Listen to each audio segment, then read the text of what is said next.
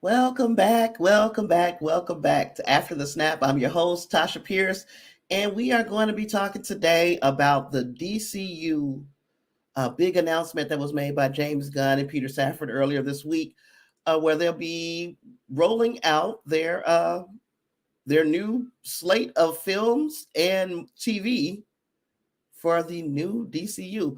And just to maybe talk about what we're excited for, what we need to know more about before we get excited, and basically how we think this thing is going to be received.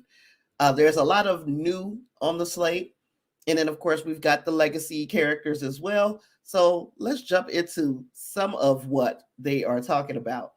Full disclosure, I got a freaking cold. So if I stop and cough, please forgive me because that has been the thing here lately is stopping and coughing. So with that, we got the big announcement on January 31st. You know, we were promised that it would come in January and came at the very end, like came in right up under the deadline. January 31st, we got the big announcement from James Gunn. So many people were waiting to see what was going to manifest from this announcement. Some of us were watching and excited to see where this new DCU was going, and then others were just hate watching. And the people that are hate watching, you're not going to get an honest assessment from them. They're not excited because it's not what they wanted. But if we start looking at it from the terms of this is now a situation where we're getting, I ain't gonna say full use, but we're getting a good use of the catalog of characters that DCU has to offer, or that the DC Comics has to offer.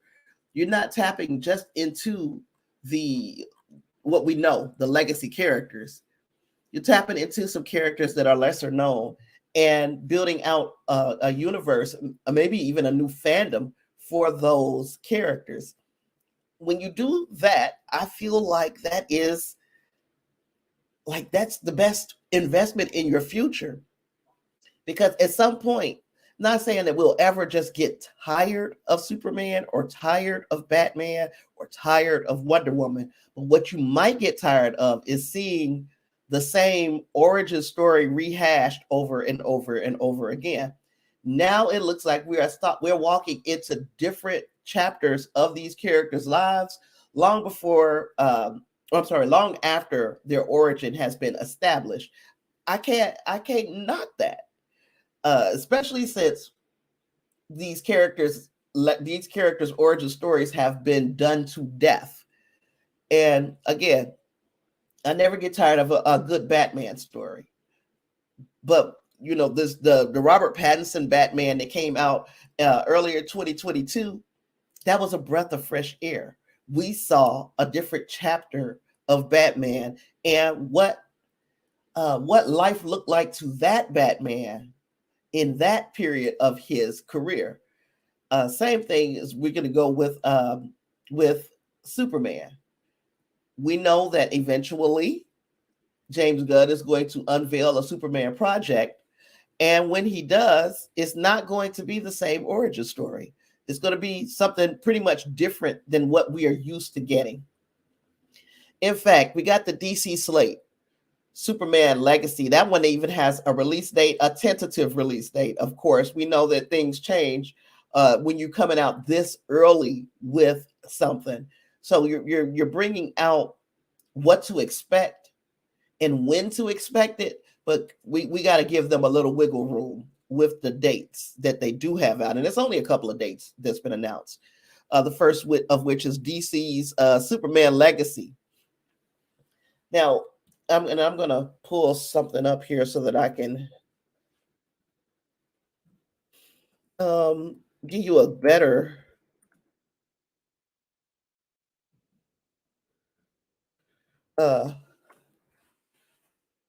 what to expect. But yeah, so this Superman is a younger Superman, but he's also past the origin part of his story. So a lot of people, and you know who those people are. I don't have to point fingers or name names. Y'all know when I say a lot of people, you know who the people are. A lot of people were upset that it's not going to be Henry Cavill. But Henry Cavill, even though he's a very young and good looking 40 years old, he's still 40 years old. So in 10 years, when you are finishing the bookend on this character, Superman will still be in his probably 30s in the story, but you'll have 50-year-old Henry Cavill playing him. See, that's where you run into a problem. So, based upon the story that James Gunn says that he wants to tell with his Superman story, I think the right move was to go away from Henry Cavill. We don't want to run into the same problem that I felt was prevalent in the Dwayne Johnson Black Adam role. Dwayne Johnson, as fine as he is still over 50. So for him to be playing a character that routinely bumps heads with Shazam, it just wasn't. It wasn't in universe. It would not have made sense. So I can agree with the moving of Henry Cavill from the role of Superman for this next chapter of the DCU. In fact, chapter 1, Gods and Monsters. And let's see. So chapter 1, Gods and Monsters, starts with Superman Legacy. And the Superman Legacy storyline is a crossover event. It took place in the DC Comics universe. It was a tribute to the Man of Steel, celebrated the 50th anniversary of his creation. The storyline explores the impact. You know I'm reading. Just in case, you know, I don't want y'all to think that I'm just flowing, I'm freestyling. I'm reading. The storyline explores the impact that Superman has had on the DC universe and the world at large, and how he has inspired others to follow in his footsteps. The storyline features many of DC's greatest heroes and villains as they come together to celebrate the legacy of Superman and pay homage to the icon. The event showcased the character's rich history and enduring appeal, and reinforced his status as one of the most beloved and important superheroes of all time. The Superman Legacy storyline serves as a testament to the timeless appeal of the last son of Krypton and his enduring legacy in the world of comic books. So that was a quick description of what the comic Superman Legacy was about. And I'm pretty sure that this will be building from Superman's optimistic beginnings to how he defined the word hero towards the end. So I think this will be, in fact, I think it's safe to say that this will be multi stories in this legacy, under the legacy umbrella. We're also getting for movies, Lanterns. No, that's a detective series. I'm sorry. But the Lanterns detective series with Hal Jordan and Jon Stewart. And if you guys know me, you already know Jon Stewart is my favorite Lantern. Of course, we're going to get the Hal Jordan version of the character too.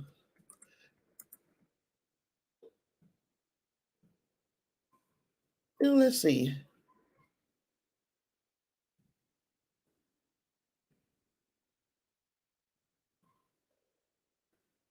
Sorry for stopping for a minute here.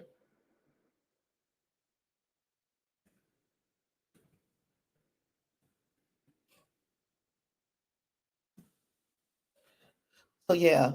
So we're also getting the Green Lantern Detective series, and they said it's going to be told in the style of True Detective, which I believe that was a series. I didn't watch True Detective. I'm pretty sure you guys are going to try to revoke my fan card, but I didn't watch True Detective. But what I can do is pull up a quick synopsis to see exactly how that series told its stories. Oh, and it had Mahershala Ali. Oh, I don't know how I didn't watch this. Where's it all? It's on HBO Max. I think I might have to watch that.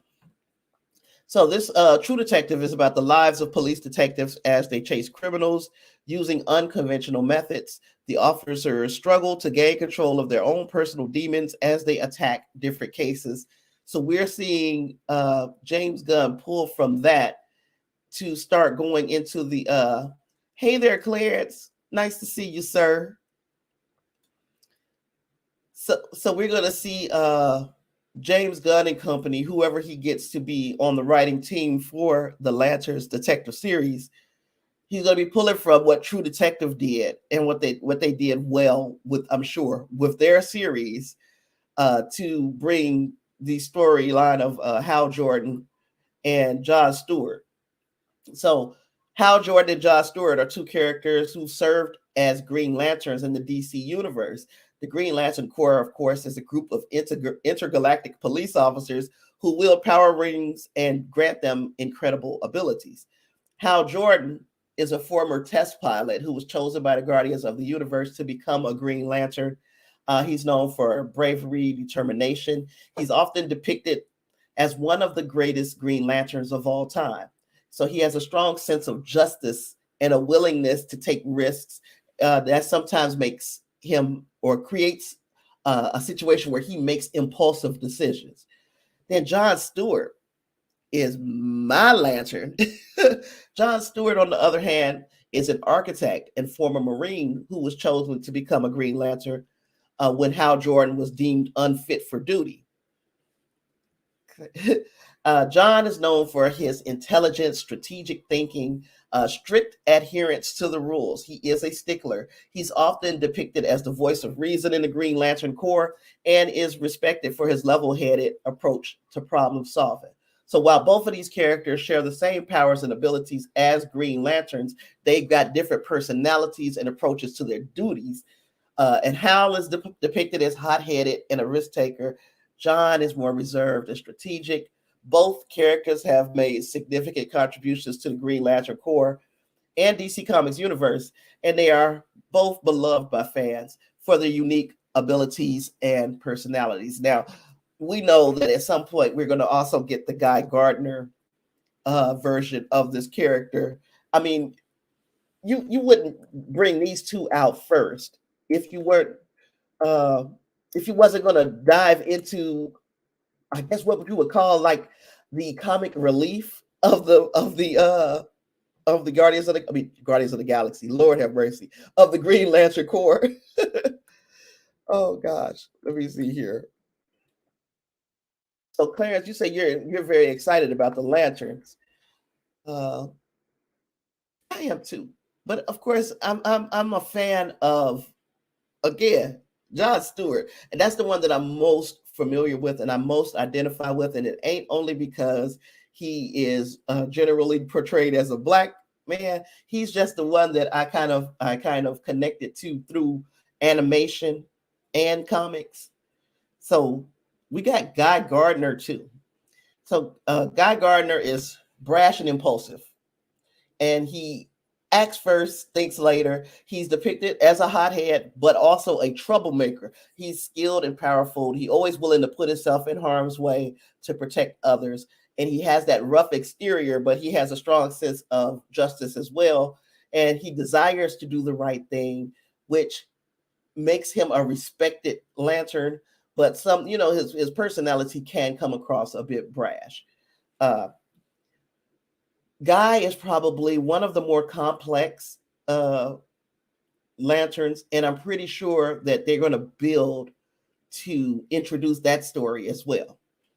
Then we got the Batman Part 2, which technically is an Elseworld. So you know how we call the multiverse or these different Earths in the MCU.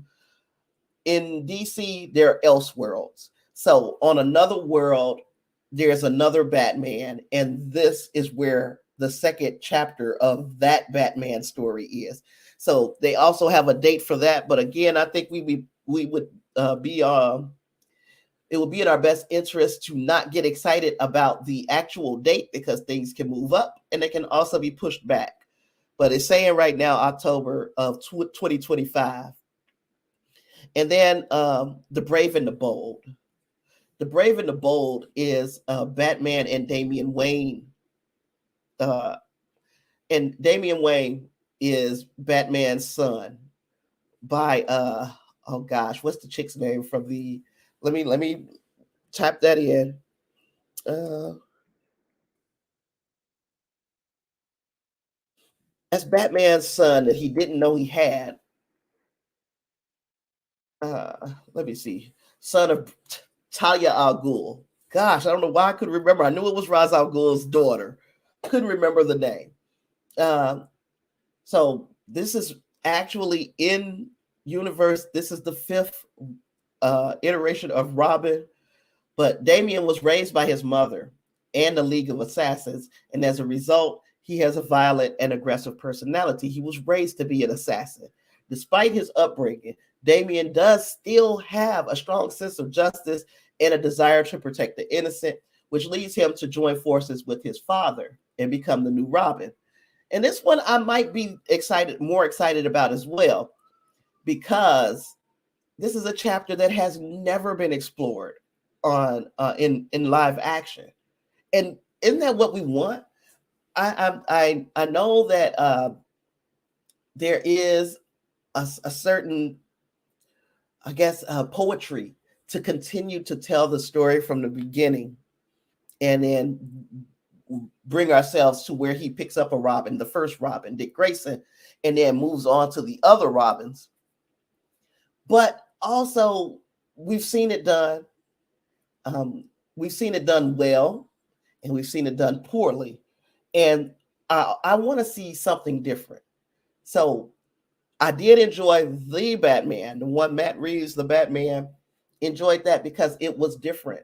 It was still telling a story from the standpoint of a Batman, but we didn't have to revisit the what is it, popcorn and pearls when they leave the theater and Batman or Bruce Wayne's parents get killed, and we see the pearls all over the alley, and we didn't have to.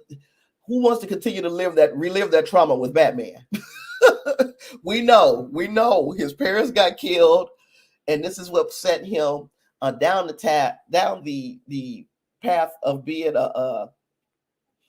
a vigilante and fighting for justice, so that nobody else would have to go through the life that he lived or he went through. I get it. I got it. That's good.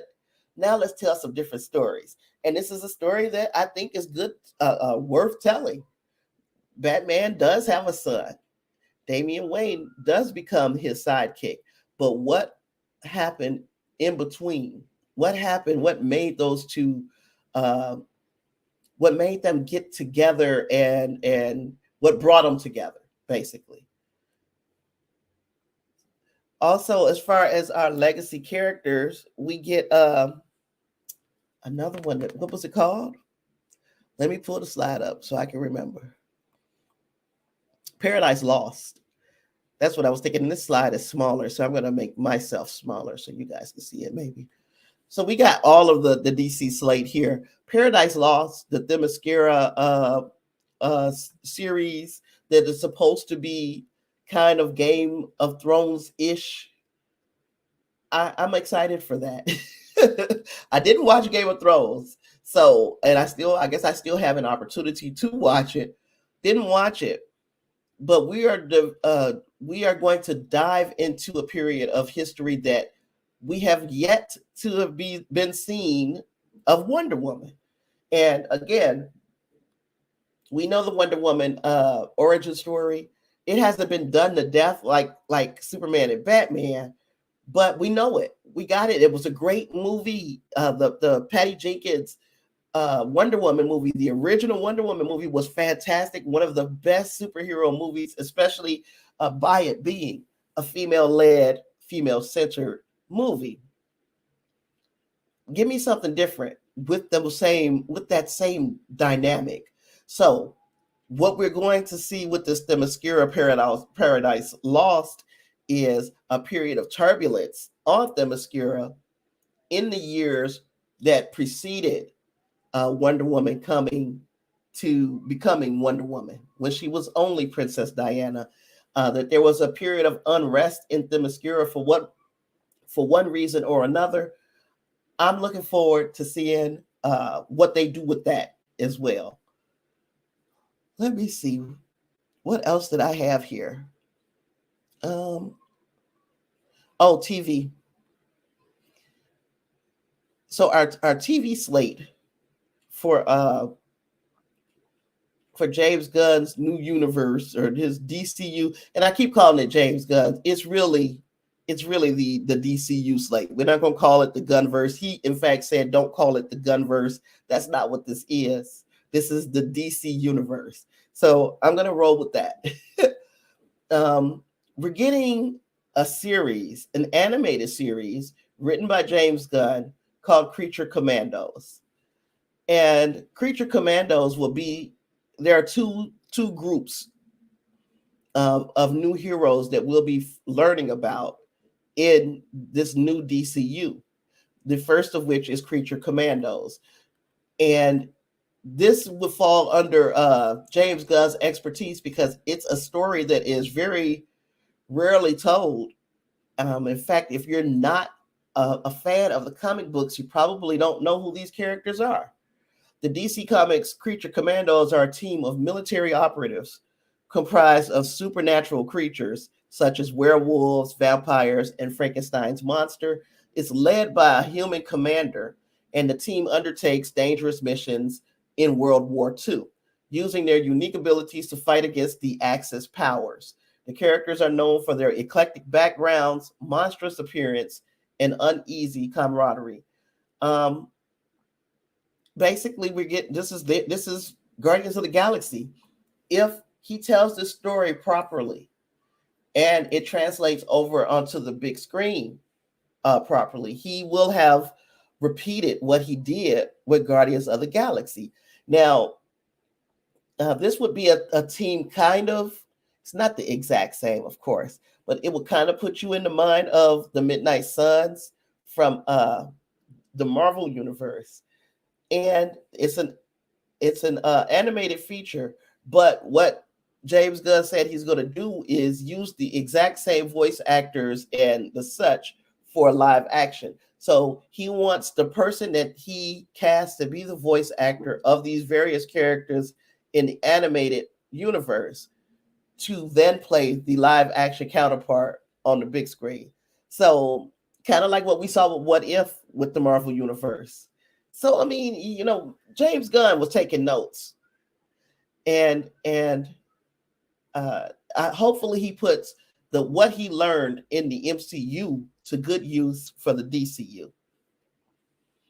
Okay, then we get in the Waller series. So Waller is supposed to be, of course, Amanda Waller's Viola Davis, Academy Award nominee, spectacular actress, Viola Davis.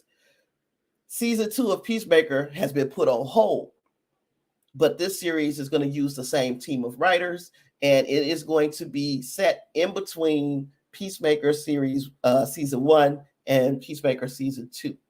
So we know that in this universe, we're keeping Peacemaker, even though that this wasn't one of the announcements that was made. We're keeping Peacemaker. Peacemaker is part of the plan. I mean, I don't know how excited I am about it. I would have to see exactly what the premise of Waller is going to be.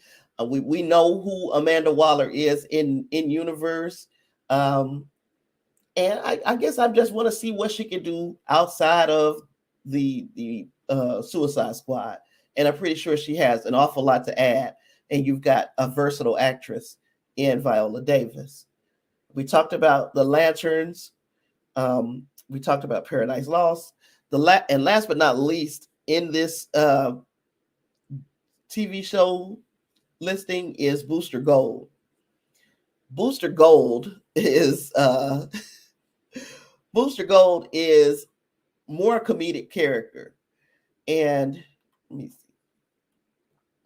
He's a time traveler. So he's a time traveler from the future, and he came to our time with this technology that is common in the future.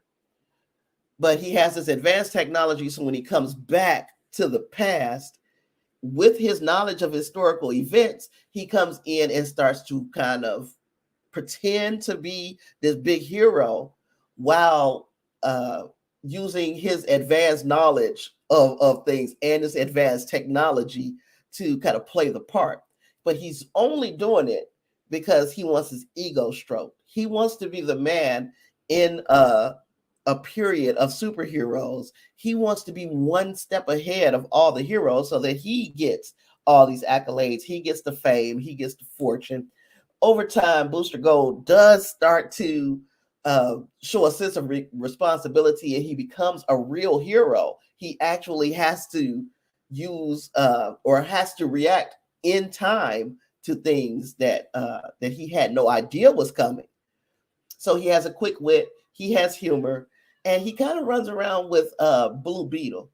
So the fact that we're getting a Booster Gold series, depending probably on how well Blue Beetle does next year or this year at the movies, we'll see that team up. And I don't think that's a bad thing. I think I've when I did my video about who I wanted to see James Gunn activate, Booster Gold was one of my choices. So Booster Gold is coming to TV near you soon. Then we also, there was another Swamp Thing. Now, Swamp Thing is, if we were introduced in the Marvel universe during Werewolf by Night to Man-Thing. Now, he didn't have a huge role in Werewolf by Night, but he was there. We were introduced, letting us know that in the Marvel universe, Man-Thing exists, and there is a possibility that we'll get more stories surrounding Man-Thing. Swamp Thing and Man-Thing are pretty much the same character. So Claire says he's not excited at all about Booster Gold, but with seeing Peacemaker first, I can see how it would be fun. And I hope that okay, we do lean into the comedy with Booster Gold because that's what his character was all about. But I do want to see him just be a part of the team without the shenanigans. You know, I want to see how he fits. I'm not huge on the comedy in the movies, but I can see how he could be comic relief. And I can also see why a lot of people wouldn't be interested in the character because we've seen it, Peacemaker, hello. So, but we'll see how James Gunn and whoever he gets to be part of that team, sets him apart from Peacemaker. Now, Swamp Thing, superhero, plant elemental. He was once a man named Alec Holland, and after an accident involving chemicals in a swamp, he became the Swamp Thing, and he's a being composed of plant matter. And as the Swamp Thing, he possesses incredible strength, the ability to control and manipulate plants, and the power to survive almost anything. So despite his monstrous appearance, the Swamp Thing is a hero at heart, using his powers to protect the environment and those who live in it. And he's often depicted as a tragic figure, struggling with his own identity and place in the world. Now, if you guys remember a few years back, when DC had its own dedicated streaming service called DC Universe, and y'all also, if you have been around long enough, you remember me pushing that universe on people like, oh, please subscribe because they've got this and they've got that. And this is when I was really into Titans, and they started Doom Patrol over there on DC Universe. They also started Swamp Thing, and Swamp Thing got canceled before the end of its first season. The season had to even run halfway through before they canceled it. And I don't know, I'm guessing it wasn't everybody's cup of tea. I didn't even watch it. So I guess I might have been part of the problem. if they are telling this story and it is a tragedy, I guess I'm kind of interested, but not like super excited. I'm interested in giving everything that they're going to try a chance, but it doesn't mean that I'm going to be singing on the mountaintops to tell everybody to watch it unless it is that good. And again, like I said about Swamp Thing, Man Thing, they the same character. It's just one is in the DC universe, the other one is in the Marvel universe. And what the heck was I? Where was I going next? Oh, yeah. So that was it for these TV shows that we had announced. So now, what did I like and what did I dislike about the? I guess about the announcements. I guess I'm open minded. I'm open minded enough to say I want to see what they come up with. What is going to set them apart from the old DCU, but also what's going to make them different from the current MCU. Again, we can see that there is some. I didn't talk about the Authority. That's what I didn't talk about. But we can see that there are some similarities between the cast of characters that we are going to see. We're going to get the legacy trio, and then they're going to start filling in the blanks. I'm excited about that because they're filling in the blanks with people who we don't typically get to see on the big screen. Good thinking. Build up a new fandom. Make us fans of new groups of characters. You got a huge catalog. Use it. But then there's the pettiness, and I guess I'll get into that after I talk about the Authority. I don't want to taint the Authority with my with the pettiness that went on. So the Authority, and I don't think I had a picture. The Authority is a team of superheroes from the DC universe who they each have their unique personalities. They are the Guardians of the Galaxy-ish type. So the leader of the Authority is Jenny Sparks. She's also known as the spirit of the 20th century. Other members include the engineer and fighter Midnighter, the shapeshifter Apollo, and Jack Hawksmoor, who has the power to control entire cities. The Authority is known for its bold and unorthodox approach to saving the world, often taking matters into their own hands and disregarding the traditional methods of superheroes. And the team is dedicated to creating a better future for humanity, even if it means taking drastic measures. So that's what I mean. In that kind of Guardians of the Galaxy-ish, we're going to get that team of superheroes who I had never heard of until this announcement was made. So I had to do a little digging to find out exactly what their powers and skill sets are. As far as new groups, I'm probably more excited for the Authority than I am the Creature Commandos. But that's potato, tomato, tomato. I'm gonna watch it all. If I'm able to see them all, I'm going to see them all because we can't just say we don't like it without giving it a chance, which is a lot of what I've been seeing online with the people who do have issues or problems with it. Is mostly because of what it's not and not because of what it is. So, but then I saw pettiness. And by pettiness, I mean, there's a certain way to make an announcement and to build excitement and to build bridges between the fandom, the parts of the fandom that's fragmented. Because we know that there has been a lot of tension between people who are just fans of James Gunn and his work, or just fans of DC and the DC comics, just fans of superhero movies, and then the others. And the others, excuse me, and the others, we know who the others are. And I have a feeling that nothing that's going to be said or done is going to make the others happy. The others being the people who are dead set against anybody playing any of these characters except for who Zack Snyder cast to play. If it's not part of Zack Snyder's universe, they're not trying to hear it. And they're not, you're not able to convince them that things are going to get better.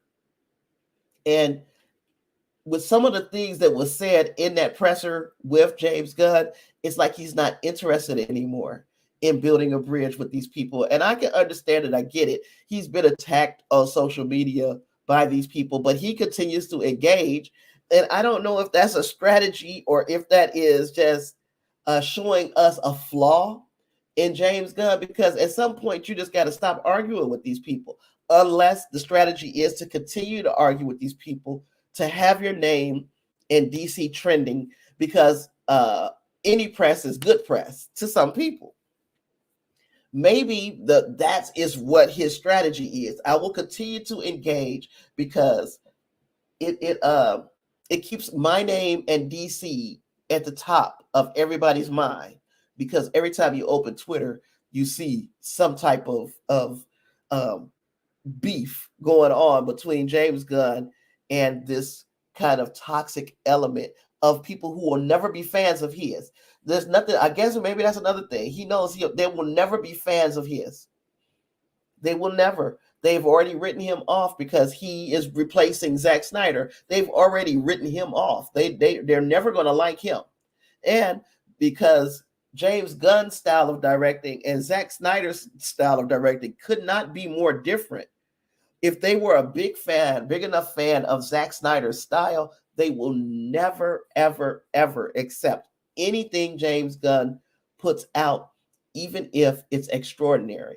When we talk about The Suicide Squad, that movie was an extraordinary movie.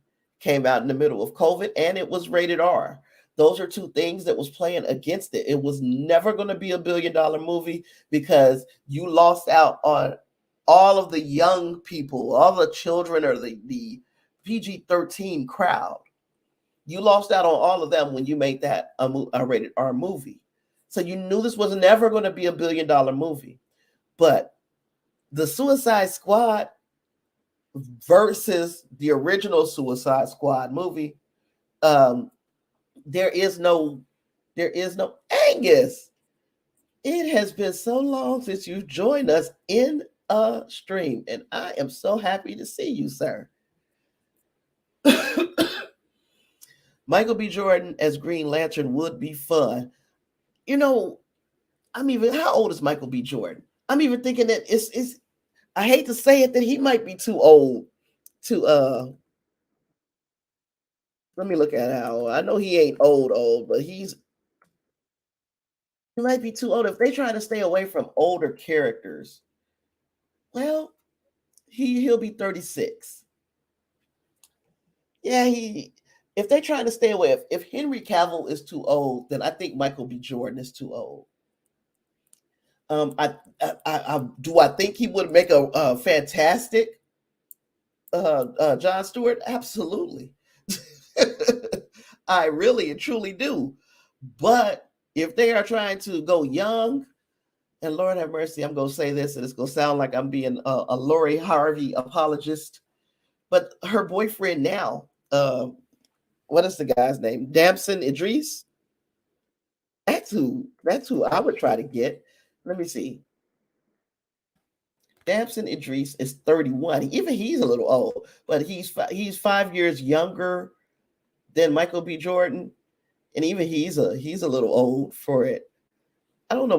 We've got some they've got some choices to make, because if they pull anybody who's even remotely close to 40 years old into this universe and one of these key roles, the fans are gonna let him have it. Because if you can work around an older Green Lantern and an older whomever comes next, then you can work around an older Henry Cavill.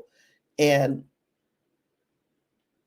even though I wanted to see Henry Cavill reprise the role, I do understand that you don't want to be telling a story about a younger version of Superman and having a middle-aged actor. And oh God, it sounds crazy calling that man middle-aged, but he's 40. You don't want to have because you don't want to get stuck 10 years down the line with Dwayne Johnson as Black Adam. Like I said at the top, it will be that type of situation. But I didn't like a lot of the things that James Gunn said. For instance, when he was talking about Henry Cavill, first and foremost, he said Henry Cavill wasn't fired. Henry Cavill was never cast, which when you're being point blank and period about it, this is true. He was never cast in the DCU, this new DCU, as Superman. Then he said Henry Cavill got dicked around by the former regime. Now, professionally, that's probably should have been left unsaid. It was unnecessary to say that how he was dicked around by the former regime. It's almost like you want to throw everybody else under the bus. He did the same thing when he talked about the Batgirl movie. He said that movie was unreleasable. First and foremost, as Clarence pointed out, I think that was Clarence. Go back to our Discord. We got a Discord, y'all, and that we talk about these things sometimes in the Discord. I think it was Clarence who pointed out that if it was unreleasable, that's on y'all. You can't. Why are you? The movie is not wasn't done. Let me see. Right. It was Clarence who said that if it was unreleasable, then it was their fault. Because what Gunn and Safran said was that they think that David Zaslav and his team made a bold and courageous decision to cancel it because it would have hurt DC and those people involved. It's pretty much saying it was a shit movie, and it would have just made things worse by bringing it out. Now, how you can say that before this movie had even done any post-production, they hadn't even started they hadn't even gotten into the post-production and putting in the CGI and all of that stuff yet. This was based upon a unfinished movie that they saw. And I know that they know what they're looking for in an unfinished movie. They have a better, more trained eye than I have with these things. But that was, just like Angus said here, it's kind of petty. The thing what he said about Henry Cavill and this thing that he said about the Batgirl movie, it's kind of petty. He also said, though, that they are trying to work, they want to work with these directors who gave us, on the Marvel side of things, gave us a masterpiece, in my opinion, in Ms. Marvel. We got a wonderful story, and it was beautifully directed. And I can't remember their names. I'm sorry. But they say, yeah, we're talking to them now. We want to work with them. But what are we, but you guys made a shit movie just seconds ago. It's kind of petty. And it would make me not want to work with him. If this is the way you critique your directors and your projects, even though this wasn't technically his project, but if this is the way you critique your directors and your projects publicly, then you might be, I wouldn't want to work with you privately. What would you say to me privately if this is how you talk publicly? So, that kind of put me on my heels with James Gunn. I forgot about the Supergirl project too. They have that Supergirl project that they say that this is going to be the opposite of the origin story of Superman, because Superman, of course, was sent to Earth and he was found by a loving couple who raised him with good morals. and he developed a love for Earth and its inhabitants, and it made him want to be a protector, and yada yada yada. Whereas Supergirl, when Krypton exploded, she was stranded on just a piece of the planet, just out in oblivion, into the empty vast of space on a little rock. And how the fact that she was born and raised in isolation versus Clark's upbringing, how that would make these two characters that much different. Now, how they're going to tell this story and bring it around to making her a hero makes that interesting to me, because it sounds to me like she can very well turn out to be Zod, you know. So fortunately, we will get a different take on the Supergirl story as well. I'm kind of looking forward to that too. So I'm not gonna. There's a lot I'm looking forward to in this new universe. Let me see if I'm forgetting anything. Of course, we know the ones that are. We know the projects that are already in the work: Shazam, Flash, Blue Beetle, Aquaman. Those are all being released at different points this year. Flash actually resets the universe. So I don't know how that's going to work with Flash coming out before Blue Beetle and Aquaman, but the universe is going to be reset before we see either of those two movies, unless they do some shuffling. We know Flash is coming out on. I'm congested if y'all can't tell it. I'm trying to keep from coughing all in your ear. But Flash is coming out in June, and then Blue Beetle in August, and then Aquaman at the end of the year. So unless they are planning on doing some shuffling, the world is the universe is being reset right after Flash. There also was a lot of people who were upset that it sounds as if Flash, Ezra Miller, sounds like they're safe. It just sounds that way, though. I don't think that it would be smart before this movie is released to say Flash will no longer be played by Ezra Miller after this movie. Because Ezra Miller, despite what we think, Ezra Miller has their fans. And you want them to come see your movie.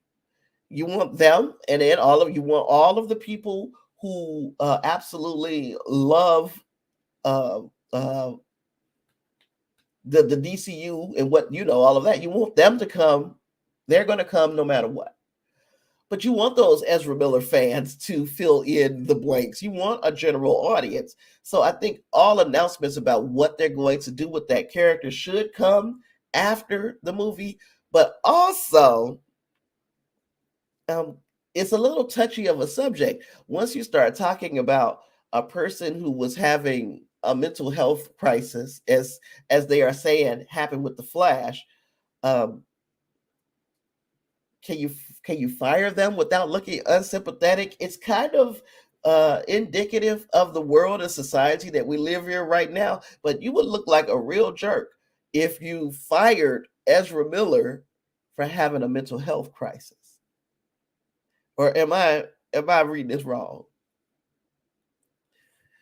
No, the Superman movie is not going to be Elseworlds. The Elseworlds movies is the Jokers and wait a minute. Superman and Lois is Elseworlds. I see what you're saying.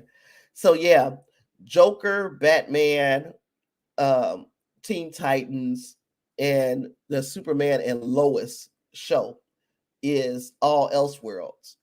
And they're holding on to, that's one of the shows that survived. Yeah, the TV show. That's one of the shows that survived the takeover. A lot of them shows got the axe. Superman and Lois is going to get a couple more seasons, I think. What else was I going to say? I lost my train of thought.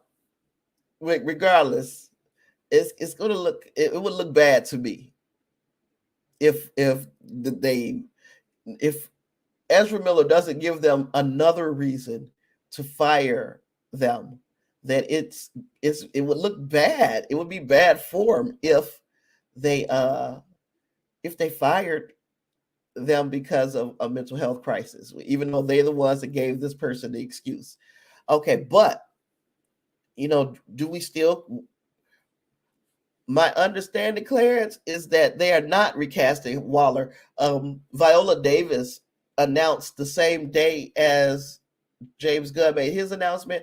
Viola Davis on her social media said that, yay, we getting a Waller series. So it seems like she was being facetious and she had probably just heard of this, or she was genuinely excited about playing the role and getting Waller fleshed out a bit more, which to me has been it's been a needed thing. We need to know more about Amanda Waller. We need to know what motivates her and how did she get to be the ruthless she's yeah how does she get to be as ruthless as she is while still playing within the lines? You said her Waller is very passable. Make me understand what you mean, Angus. Like, you don't like her as Waller? I like her as Waller.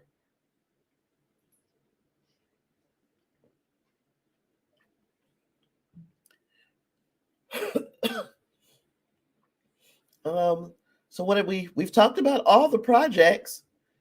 Blue Beetle, if things are as good as people have said in the I need to find my little cough drop. Just 1 second, y'all. Let me find cough drop.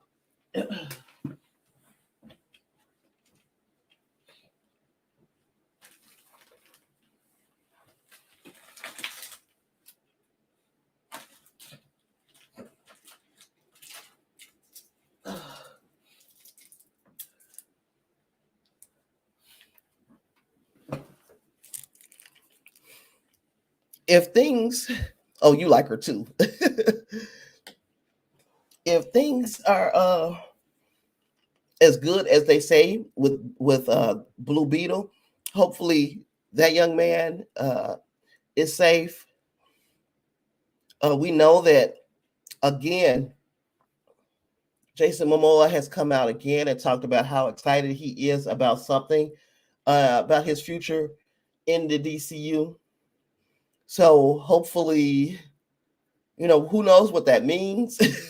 I don't know if it means that we're going to continue with him being Aquaman, that he's excited about a story or something that they might be about to tell using the character, or is he excited that he's going to be moving on to a different character? Who knows? We know the universe is being reset, and we know that anything is possible when they reset a universe. So I don't know. Hopefully Aquaman is a good ending. If this is his finale of this character, hopefully it's a good ending for him. Oh, they finished her story in Batman Beyond. Was that when she was, old Waller? I didn't see all of those, but I do remember seeing her as an older character along with the older Bruce Wayne. So yeah. Well, I kind of want to see what they do with her in live action in the same vein. What else? So out of these announcements, and I'll make it big again so everybody can see. Out of these announcements, which ones are you most excited about? I know Clarence said the Lanterns. Angus, what you got? Are you more excited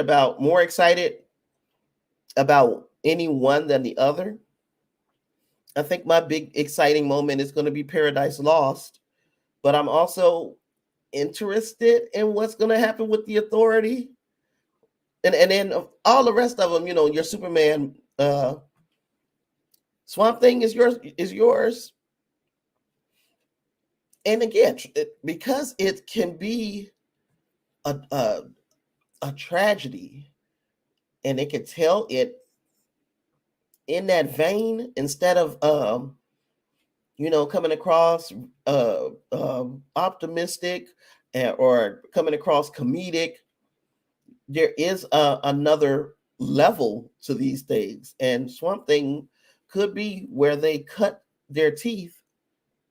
And Swamp Thing is a film, which I said it was a series. I was wrong. It's a film.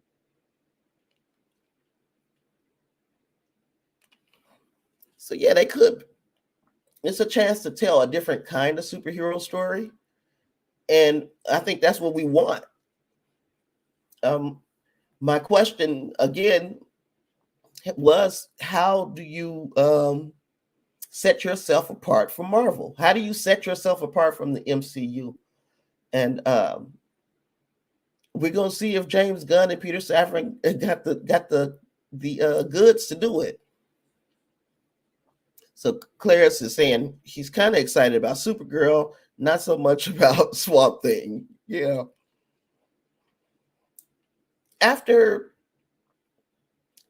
Okay, we're going to have the same type of character show up again in Marvel. We know that they would not have introduced Man-Thing in Werewolf by Night if we weren't going to see him again. So that is what bothers me, is that these similarities are too close. This is exactly the same character, except for they are in a different, just different universes. Another thing that I saw about the Authority was that they have characters that match not beat for beat with Marvel characters, but they had a character that was so close to Captain America that they had to change it. They had to make tweaks to it so that they wouldn't, get the copyright type deal. You said it was both in the past, a film and a series. Now, I don't remember the film, like I said, but that series, I didn't watch it. And I know that they, if we're talking about the one from just a few years ago, they brought it out and it was coming on at the same time as Teen Titans and Doom Patrol. And I just didn't watch Swamp Thing. I didn't give it a chance.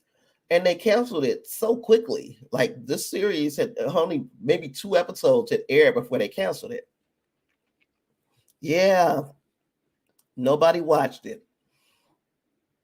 One season, and they had already canceled it before they even got to the 2nd or 3rd episode. I remember this because I was trying to make everybody get DC Universe. And then they came out with that and it was like, uh-oh. And then DC Universe went the way so many other streaming services has, and it went bye-bye. Everything went to HBO Max. So yeah, the legacy films, we're going to be excited. Yay for those. That Batman with Damian Wayne, that's a story I'm very interested in seeing be told. Everything else, I'll give it a chance. Okay, so you're talking about a different version. The movie was in the early 80s, the series in the 90s. Yeah. See, the series I was talking about came out in maybe 2019. It was in the very early days of After the Snap. Let me see now. Where was it?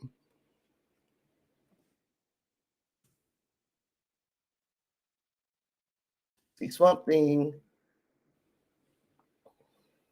2019. That's where the one that came on DC Universe. Yep. And James Wan was the executive producer of that thing. Now, the one you're talking about, Angus, Let me see.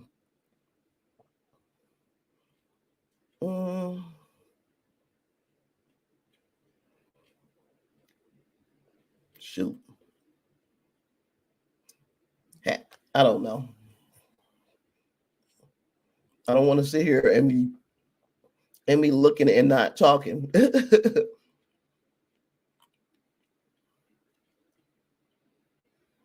So anywho, 1990.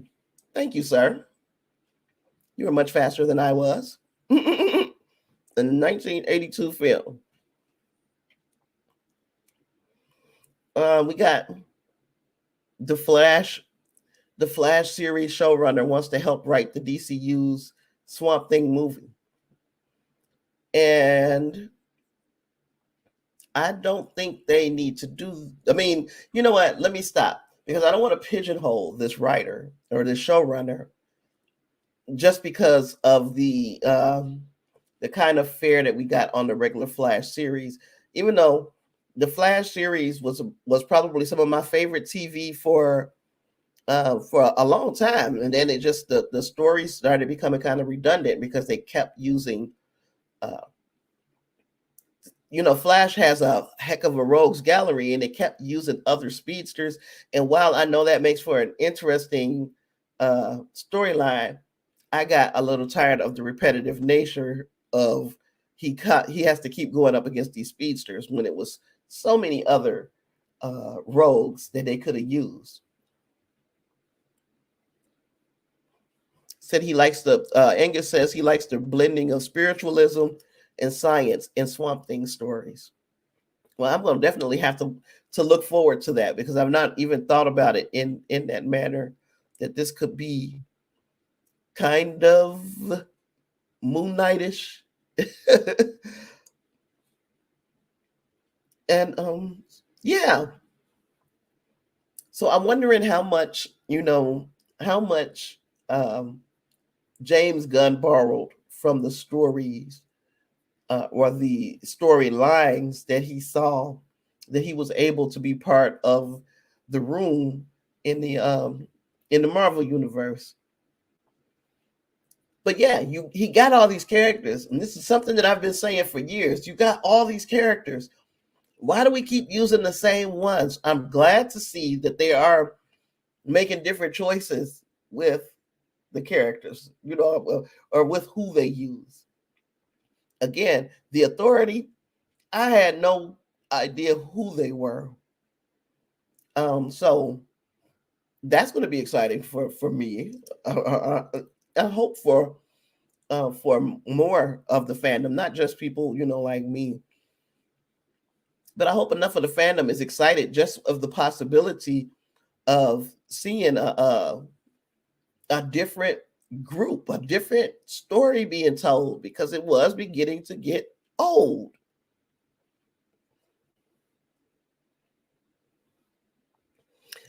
Ooh, and that's what because we know that it's called the first chapter of this thing is called Gods and Monsters.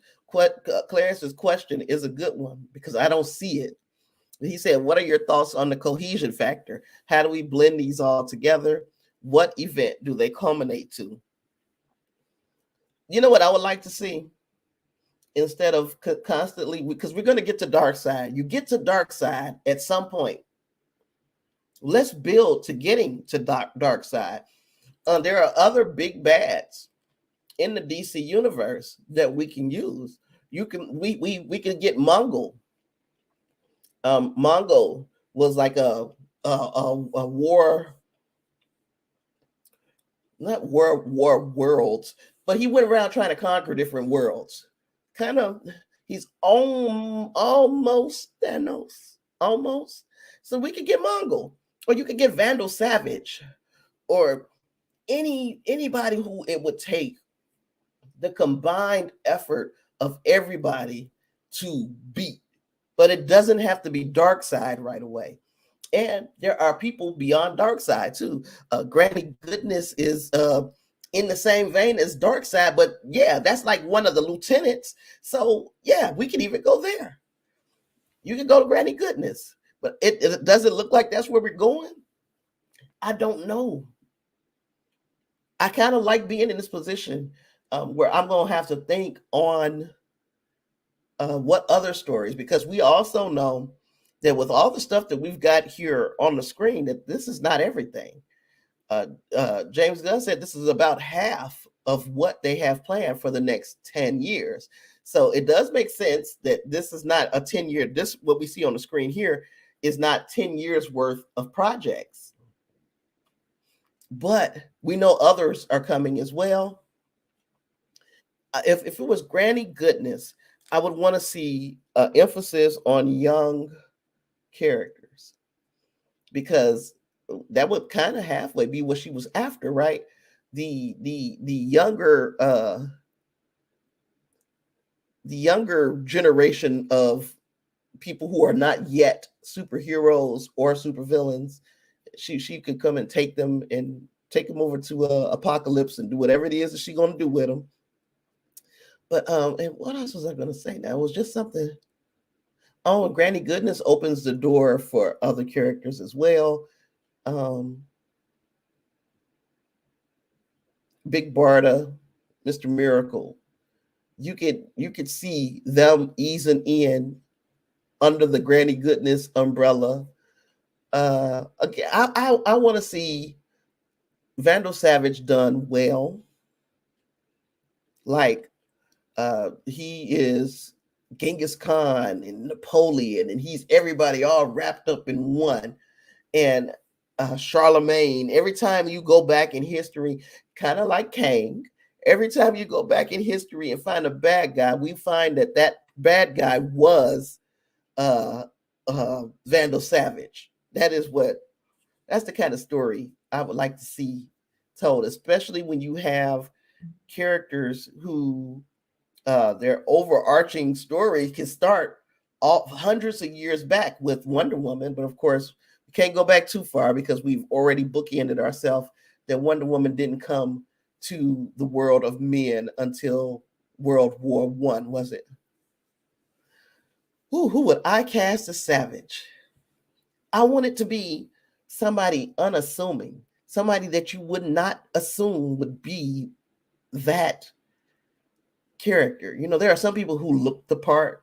I want somebody who doesn't look the part. Somebody, again, and I know I go to these, I've got a type, obviously, especially when we're talking about white, not American actors. I've got a type. I would like to see somebody like maybe Cillian Murphy, somebody who does not look like they would be the rogue that they are. And yeah, but the charisma, their charisma is what speaks to how they are able to get people to do all these things and bring out the ruthlessness and the savagery of a person. I wouldn't mind seeing, somebody like that. I would have to think of, you try to make me think of more off the top of my head, and I can't. Let me see. Heck, that could even be Henry Cavill, to be quite honest. Especially if they say they're making room. If that rumor is true, that they are still making room for Henry Cavill in the DCU, use him as a villain. Now I know that he got his turn as a villain, and in Mission Impossible. Yeah, I like to see him do a villain, and see him grow in that villainous role. I like to see them do a movie, just a whole movie on the villain, Vandal Savage, how he got started, all the way up until him meeting up with somebody who could give him some pushback.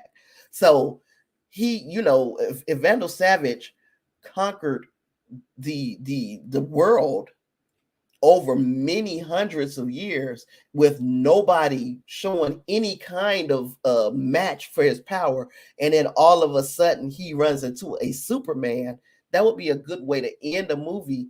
And then, Superman or somebody of the such would have that knowledge of what Vandal Savage brings to the table, and Vandal Savage would be forced to to up his game. That's a story to me. Let me see here.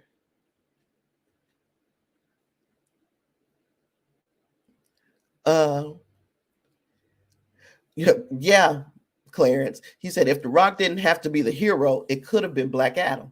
Absolutely. And you, by The Rock being so staunch in his stances, you kept your character from experiencing enough growth. Your character only had enough growth for one movie.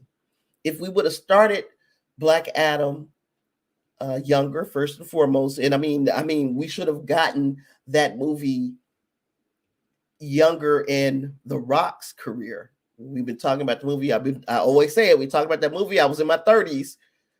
So, so if we would have incrementally had Black Adam, that character, get introduced, then and sometime during history run into Vandal Savage, and then realize that he's not the big man, because Vandal Savage is a beast in what he can accomplish with armies, it's over.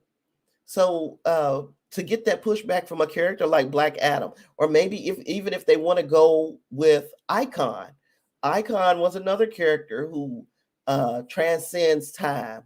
He's the quote unquote Black Superman, but he was around in the times of slavery. Is when he landed on Earth and was found by a slave, and thus he was raised. He took on the appearance of the people who found him, and he was raised by slaves, which meant that he knows what it's like to be subjugated, and then to run into a person who wishes to subjugate the world again. That would be an awesome story, but they'd have to tell the Icon story first. But anyway, supervillain team up. I think that's necessary too. I think before we get to, because now who was it that everybody got together?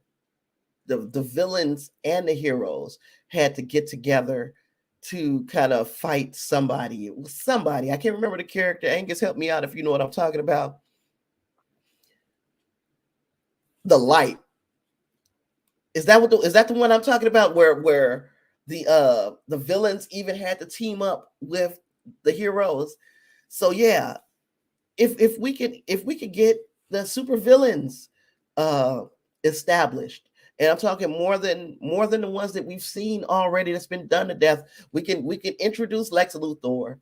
You could introduce Lex Luthor right now in the times that we are right now, where when Luthor became president in the in the comics and all of that. Yeah, we could introduce Luthor. You could introduce what's another big who we have not seen. We've not seen the DCU version of the Joker just yet. We have seen that one from Suicide Squad. I forgot about that. But give us a Joker. Give us all of the villains that match up with the heroes. Savage was leading the Light. I remember. Wasn't there a group or wasn't there a villain that came, and then the villains and the heroes had to team up together to defeat this villain? I think that would be a hell of a story to tell. If I could remember who, let me see if I can find it. Let me see.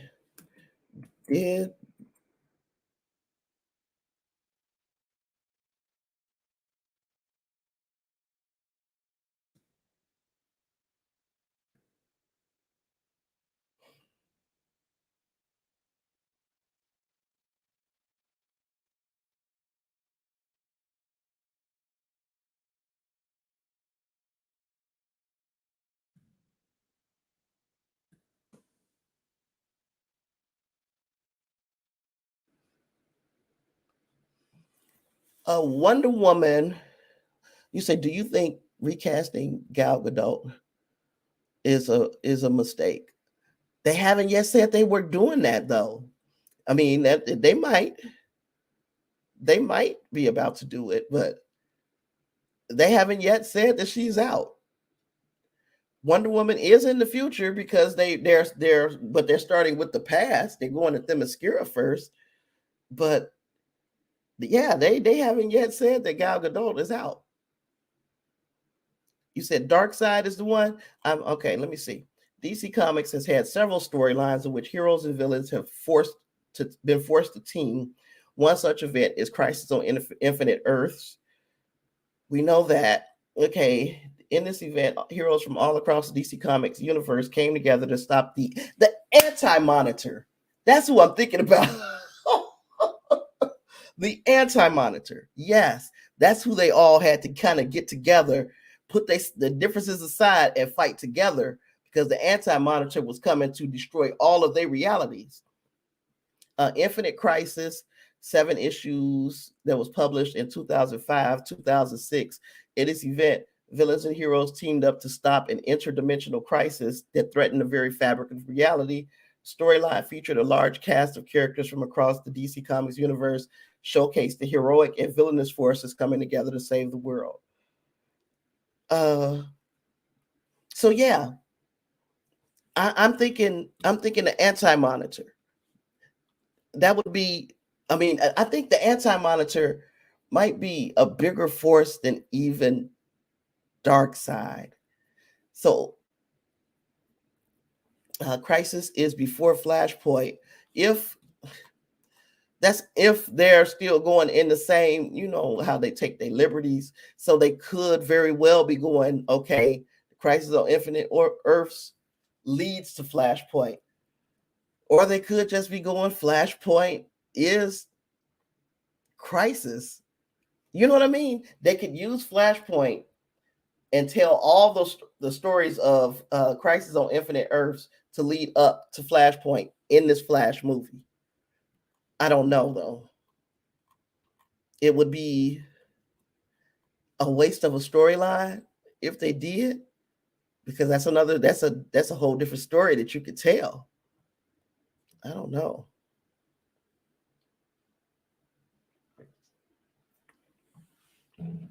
Vocal cords is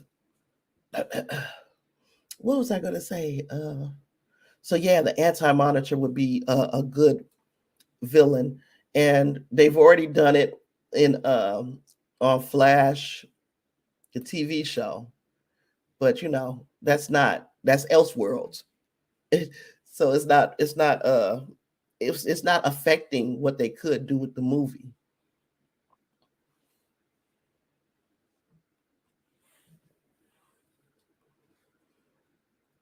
Let's see.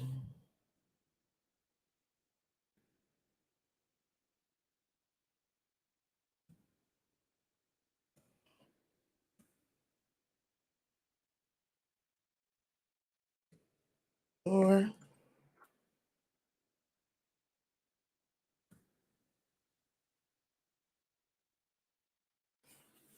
oh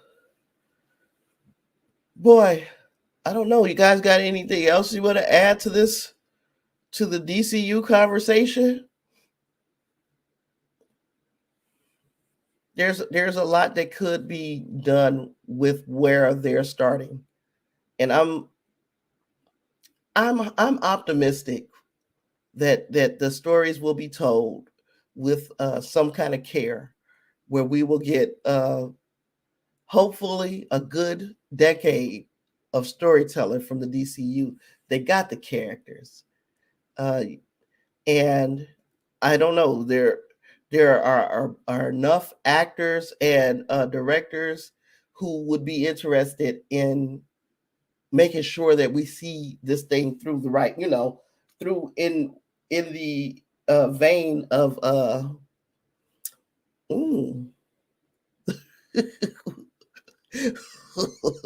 puns. I love will they stick to their guns. And then say no Titans. Now, all I know is that the Titans is Elseworlds, which is the Teen Titans Go. If I were them, I would be looking for a youthful group to, after this 10 years is up, to assume the roles of their, the predecessors. Kind of like what Marvel is doing. So I would think that if we're smart, we're going to do a Teen Titans team up. You're gonna have Damian Wayne, and you'll figure out a way to have either Supergirl or Superboy, Beast Boy. You'll find a way to introduce all of these characters and give us a future for the DCU. If you're looking, if they don't have blinders on, if you're looking beyond these 10 years, that there are other stories that need to be told, then they're going to introduce a youth group. They have to give some a future to the DCU as well. We haven't seen it yet, but they also said they haven't given us everything yet that is on the docket for these next 10 years. Now look, we had Titans, and to me it was nothing wrong with the actors.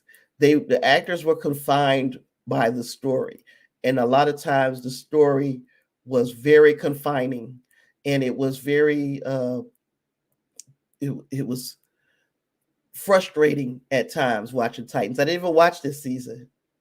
It was frustrating watching Titans because you've got this team. You guys put the team together from the beginning, and by season 2 we had already gotten Connor Kent. We'd already gotten Superboy, and now you got Starfire and Superboy on a team, which means this team should be pretty much undefeatable by regular Titans rogues.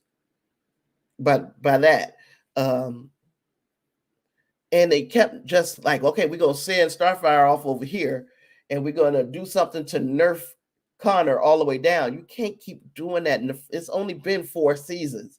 You can't keep doing that. You brought these powerful characters out, so now bring out some villains who will match them, because it was frustrating watching Titans. I got frustrated. I can probably attribute some of my gray hair to Titans. Excuse me. Now a question that I got. Do you think that, okay, we got Elseworlds. Do you think we're going to see a Elseworlds crossover with the DCU proper? Let me know what you guys think. Let's see. I can't remember what I was saying. We were talking about the young folks. We need some young folks.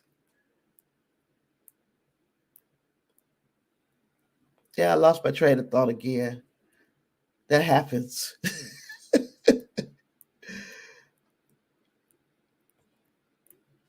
In chapter 1 might not be a situation where you need to run up into a big bad, like the big bad of the first chapter of Marvel storytelling, phase 1, was Loki, right?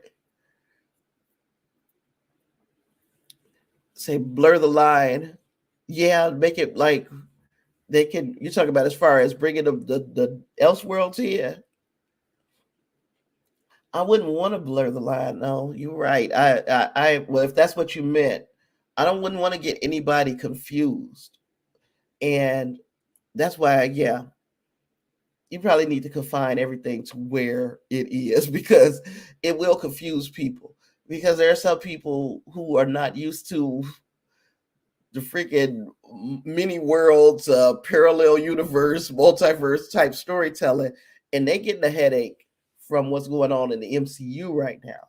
Some people are like, I don't understand what's happening. And one of the things, I mean, as we talk about the MCU, I honestly believe, and I know I said it in a video, I honestly believe that we have been seeing scenarios play out on different universes that all of this stuff that we've seen has not been Earth 616. Of course, we're not going to know that until we get to the end of the road, but I really feel like there are certain clues that have been dropped in each one of these series that shows which worlds and the events in it are together. And I believe Rogers the Musical is one of those worlds. One of those things is Rogers the Musical, because when you look at Rogers the Musical and Ant-Man is dancing around with everybody else, Ant-Man was not there in our Battle of New York. So he is what's different. He is what makes this an entirely different universe. And everything that we saw, did I say Ant-Man the Musical? Gosh, what am I thinking about? The Captain Rogers the Musical. I don't know which one I said. Rogers the Musical. If Rogers the Musical was in that universe, though, that universe is one whole universe together. Then we have the book with Ant-Man. His book, we heard it mentioned, and Ant-Man is very important right now. We've heard it mentioned several times that he had a book and a podcast. We didn't hear about that in the same universe as we hear about Rogers the Musical. You hear about that somewhere else. And then there was a third thing that made a third kind of artifact in one of the series that made mention of the Eternals. What was the one's name that is a Bollywood actor? Forgot his name, but there was a sign with him on it, Camille Nanjiani's character on it. We've not seen that sign nowhere else in any of the other series, which will make me think that whatever series that was that I saw it, and I'm going to remember, but wherever that was part of the same universe. Oh, I saw it in the Christmas special. That universe, and it is tied to the Celestials, and I don't know if I'm gonna have the bandwidth to watch them all again, to try to track it again. Kingo, yeah, Angus.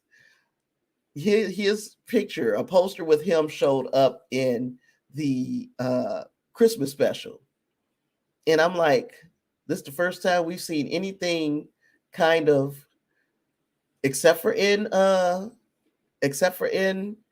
She-Hulk, because they tied She-Hulk to the Eternals by saying it was that the robot or the giant man in the ocean. Anywho, I don't know if I got the emotional bandwidth right now to watch all of things again, to try to make that map. I had made one, but I would have to watch everything again to make sure that I had all the pieces in their places. And also we saw a mention of even Kang the Conqueror and this is one that I got from New Rockstars. We saw a mention of Kang the Conqueror in Moon Knight. And it was like not a mention of him, but a mention of one of his alter egos. And even that, it kind of like, again, it kind of gives me a reason to believe that all of these little things are Easter eggs telling us which universe is which. I agree, Angus. Just want good stories with good production. That's really all it's going to take. And they didn't even have to me. I like connected universes because I like doing stuff like what I was just doing, is putting these pieces of the puzzle together, and it's fun for me. But it didn't even have to be a connected universe. They could just tell great stories. I'm glad they're going to put connected universe route, but it didn't have to be a connected universe. But since we are committing to that, yeah, make sure that the stories are compelling and give us a different flavor of story. Don't try to bring out the cookie cutters, because then we feel like you are patronizing us. You're just putting something out because you know people are going to go see it, even though they learned real quick that's not the case with Black Adam. They found out quickly that is not what's going to happen. People are no longer content with just getting a superhero movie. We got a lot of them, got lots to choose from. So now it's we're looking for quality over the quantity, and like Seth Rogen. The people are upset with Seth Rogen for saying that MCU movies are for kids. Well, they are for a younger. Where can I watch Swamp Thing 1982? But yeah, they are for younger people. What Seth Rogen Seth Rogen has to say that, because Seth Rogen is his universe is The Boys, and The Boys is a very mature satirical take on superheroes, but it is extremely mature. So yeah, of course he would say, "Oh, it's just that's for kids." It is for kids. It's for younger people. Let me see. I'm gonna look it up, Angus. So yeah, he would have to say that this was for kids. He wants people to be invested in his more mature universe, which I am. I do. I rather enjoy uh, the ridiculousness that we get into with The Boys. But now we've got that. We got The Boys, and if you want an adult style animated, we got Invincible, and that's going to be coming back soon here. So yeah, he's right. That's the MCU is for, it's more or less for families. You can take your children, and the adults and the children will both enjoy. Yeah, let me see where the movie is here.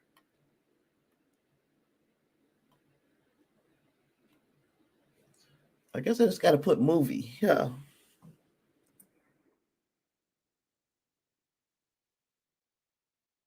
Something was a film series, and it was from Wes Craven. Where in the world was I? Let's see. It's on Tubi. Well, isn't that something? It's on Tubi, and it's on, yeah, it's on Tubi for free. Now let me see if both of them is on Tubi for free. Return of the Swamp Thing. That one is not on Tubi. It's on Pluto. Yeah, it is on Tubi. So I can watch both of those for free. Yeah, Claire. I mean, yeah, Angus, I'm going to eventually get that coming for you. I'm sitting over here coughing. I've got I keep the baby throughout the whole week. They keep changing their work schedules, and one day they'll be off on, one week they'll be off on Sunday and Monday, and I'm like, oh great, I can do my show. I can do things these 2 days. Now it's like nobody. It's never a day where anybody is off. It's like I'm always working, and we got another baby on the way. So, so grandmama, I don't know how long. I don't know what I'm going to do with me, because they keep giving me things to do. Because they like, you ain't gonna just be sitting around here doing nothing, old lady. You got to get to work. So we gonna see how this works with 2 grandbabies, but well, we'll see. We shall see. It's already hard with 1. I thought we were getting to a place where I could be like, oh, now I know how I can work around him, because he's starting to get, routine. Here they come with a monkey wrench.